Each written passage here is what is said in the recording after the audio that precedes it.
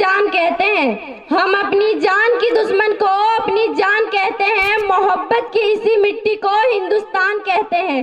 जो दुनिया में सुनाई दे उसे कहते हैं खामोशी, जो दुनिया में सुनाई दे उसे कहते हैं खामोशी। जो आंखों में दिखाई दे उसे तूफान कहते हैं, उसे तूफान कहते हैं। माननीय मुख्य अतिथि, आदरणीय शिक्षकगण और मेरे प्यारे देशवासियों, आप सभी को गणतंत्र दिवस की हार्दिक शुभकामनाएं।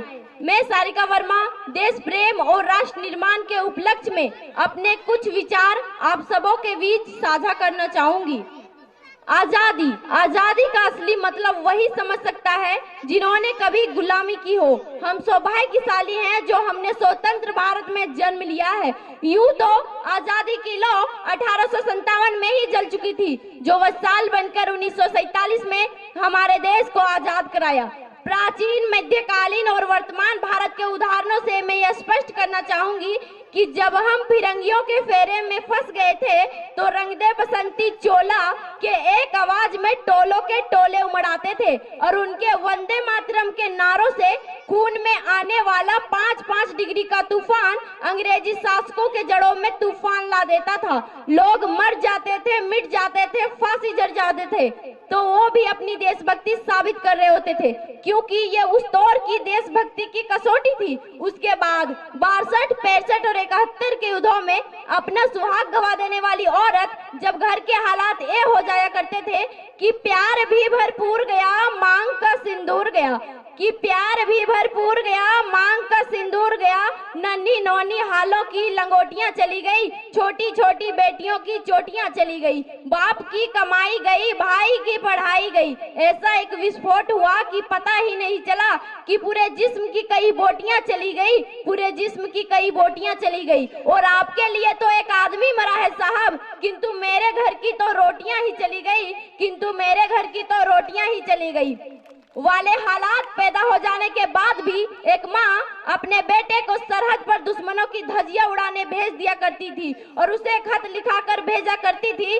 कि अम्मा ने खत लिखा है बड़े ही चाव से, पुत्र मेरे ना घबरा जाना, 1 इंच भी पीछे ना हटना, चाहे इंच इंच कट जाना, चाहे इंच इंच कट जाना। इस तरह पूरा परिवार अपनी देशभक्ति साबित कर रहा होता था। उस समय देश बलिदान मांगता था, देश मर जाने को कहता था, मिट जाने को कहता था, फांसी चढ़ जाने को कहता था। लेकिन आज देश बलिदान नहीं मांगता, आज देश मर जाने को, मिट जाने को, फांसी चढ़ जाने को नहीं कहता, बल्कि मेरे विचारों में यदि कोई व्यक्ति अपना काम पूरी ईमानदारी से करे ना तो वही सबसे बड़ा देशभक्त है। मैं नहीं मानती कि फेसबुक और व्हाट्सएप के डीपी को केवल 3 रंगों में रंगना ही देशभक्ति है। यदि आप कहेंगे कि साल में 2 बार हाथ में तिरंगा ले लेना देशभक्ति है, तो मैं पूछना चाहूंगी कि फुटपाथ पे रहने वाला वो बच्चा ट्रैफिक के छांव में नंगे पांव में जब तिरंगा बेच रहा होता है तो क्या आप उसे उसकी देशभक्ति कहेंगे? ये उसकी देशभक्ति नहीं बल्कि उसकी पेट की भूख की हो सकती है जो उसे ऐसा करने पर मजबूर करता है, क्योंकि न मस्जिद को जानते हैं न सिवालों को जानते हैं, न मस्जिद को जानते हैं न सिवालों को जानते हैं। जो पेट के भूखे होते हैं वो सिर्फ भोजन के निवालों को जानते हैं। अपने परिवार, अपने देश के प्रति समर्पण का भाव है देशभक्ति, और हर एक देशद्रोही के जीवन में आने वाला तूफान है हमारी सच्ची देशभक्ति, ताकि एक देशद्रोही भी समझ सके कि अगर तू परिंदा है तो ये आसमान तेरा है, अगर तू दरिंदा है तो ये शमशान तेरा है, भाईचारे से रहना है तो रह इस जमी पे, वरना तेरी कब्र भी यही है और कब्रिस्तान भी तेरा है और कब्रिस्तान भी तेरा है। लेकिन एक देशद्रोही से ज्यादा देशभक्ति तब आहत होती है जब एक व्यक्ति अपने बूढ़े माँ बाप को वृद्धाश्रम की चौखट पर छोड़ आता है। करा उठती है वो देशभक्ति जब हम मुसीबत में फंसे लोगों की मदद करने के बजाय हम सेल्फी लेकर अपने लाइफ बढ़ाने में लगे रहते हैं। आज के इस दौर में वो युवा जिनके ऊपर जिम्मेदारी थी अपने परिवार, अपने समाज, अपने राष्ट्र की आशाओं को बांधे रखने की, वही युवा अब 4x4 इंच की छोटी सी स्क्रीन पर अपनी कोमल अंगुलियों के घर्षण मात्र से भावनाओं की इमोजी भेज रहा है। 4 बोतल वोट का काम मेरा रोज करना भारत का भविष्य तबाह कर रखा है। हम ना एक ऐसे समाज में जीते हैं जहाँ लड़कों से बात करता थे एक जो भाई हड़काते हैं, जहाँ लड़कों से बात करता थे एक जो भाई हड़काते हैं, वही भाई अपने गर्लफ्रेंड के किस्से घर में हंस कर सुनाते हैं। और मैं बता दूं कि महिला सुरक्षा के मामले में हम आज भी 4थे नंबर पे आते हैं।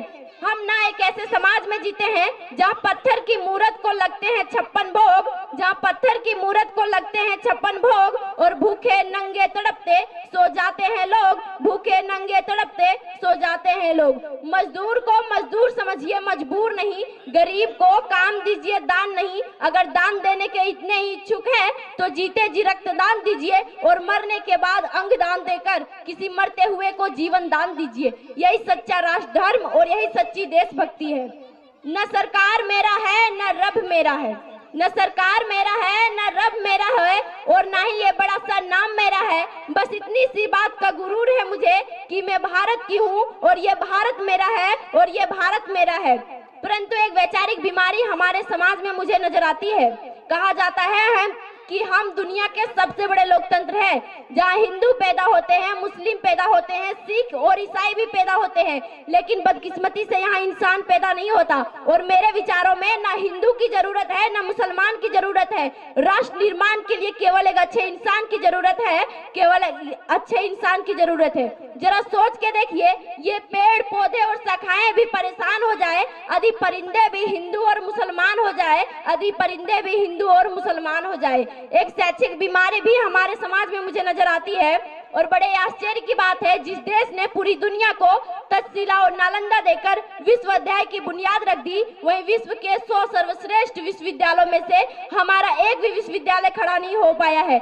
जहां एक और हमारे पास IIT, IIM, NIT जैसे शिक्षा संस्था है, वहीं दूसरी ओर इस देश के गरीब मजदूरों को बेरोजगारी की जमात में खड़ा करने के लिए सर्व शिक्षा अभियान का उनके हाथ में झुंझुना पकड़ा दिया जाता है। मैं बता दूं कि हमारे देश की शिक्षा नीति केवल 2 प्रकार के लोगों के लिए ही बनी है। पहला वो जो विद्वान है और दूसरा वो जो धनवान है। इसी तरह कई गजब की बीमारियां हैं, और इन बीमारियों का जड़ है ना, वो है हमारा अंधविश्वास। मेरे विचारों में जब तक इस देश का युवा अपनी सफलता पाने के लिए मंदिरों में जा जाकर नारियल फोड़ फोड़ कर भगवान को रिश्वत लगाता रहेगा ना, हमारे समाज के शिक्षित वर्ग ही बिल्ली के रास्ता काटने पर खड़ा हो जाना, अपनी जाति अपना धर्म को ऊंचा बताना और दूसरे की धर्म की अवहेलना करता रहेगा ना, तब तक हमारे देश में ना ही अंधविश्वास खत्म होगा और ना ही हमारा राष्ट्र निर्माण संभव हो सकेगा। मेरे विचारों में हमारा राष्ट्र निर्माण तब संभव होगा जब इस देश की महिला की पूजा नहीं बल्कि उनकी इज्जत की जाएगी, जब हम जाति का निरक्षण नहीं बल्कि सामाजिक शक्तिकरण पर बात करेंगे। असल मायने में हमारा राष्ट्र निर्माण तब संभव होगा जब एक गरीब बच्चा मध्याह्न भोजन के लिए नहीं बल्कि ज्ञान अर्जन के लिए सरकारी स्कूल की चौखट पर अपना कदम रखेगा। और हमारा राष्ट्र निर्माण तब तक संभव नहीं होगा जब तक एक नागरिक चारित्रिक रूप से भ्रष्ट, मानसिक रूप से दिवालिया, धार्मिक रूप से अंधा, राजनीतिक रूप से गंदा, स्वैच्छिक मान्य मूल्यों के आंकड़ों में अखंड भारत को खंड खंड करता रहेगा, तब तक हमारा राष्ट्र निर्माण संभव नहीं होगा। बड़ी बड़ी बातें नहीं, छोटी छोटी कोशिशें करनी होगी, क्योंकि ठोकर हमें पहाड़ से नहीं पत्थरों से लगा करती है। I been Indian, I been student, I been simple daughter of this motherland, I feel proud be Indian. और मैं सैल्यूट करना चाहूंगी सरहद पर दिन रात हमारी रक्षा के लिए खड़े हर एक जवान को, इस देश के पुलिस प्रशासन और किसान को, और हर उस व्यक्ति को जो अपना काम पूरी ईमानदारी से करते हैं। अंत में मैं बस इतना ही कहना चाहूंगी कि मेरा हिंदुस्तान महान था, महान है, महान रहेगा। कि मेरा हिंदुस्तान महान था, महान है, महान रहेगा। होगा हौसला बुलंद सबके दिलों में, तो एक दिन पाकिस्तान भी जय हिंद कहेगा। पाकिस्तान ही क्यों, सारा जहान जय हिंद कहेगा, क्योंकि सारे जहां से अच्छा हिंदुस्तान हमारा, हम बुलबुले हैं इसके, ये गुलिस्तान हमारा। जय हिंद, जय भारत, वंदे मातरम। चलिए, बहुत ही खूबसूरत ये हमारी कक्षा 9 की सारिका वर्मा के द्वारा आप सबों के समक्ष हमारे समाज में उत्पन्न इस प्रकार की कुरीतियों के बारे में बताई, और इसी पर एक सेंटेंस करना चाहता हूं। लुटेरा है अगर आजाद तो, लुटेरा है अगर आजाद तो अपमान सबका है। लुटी है एक बेटी तो लुटा सम्मान सबका है। लुटेरा है अगर आजाद तो अपमान सबका है। लूटी है एक बेटी तो लूटा सम्मान सबका है। पढ़ो इंसान पहले छोड़कर तुम बात मजहब की, लड़ो मिलकर दरिंदों क्योंकि ये हिंदुस्तान सबका है। चलिए, इसी के साथ हमारे मंच के समक्ष उपस्थित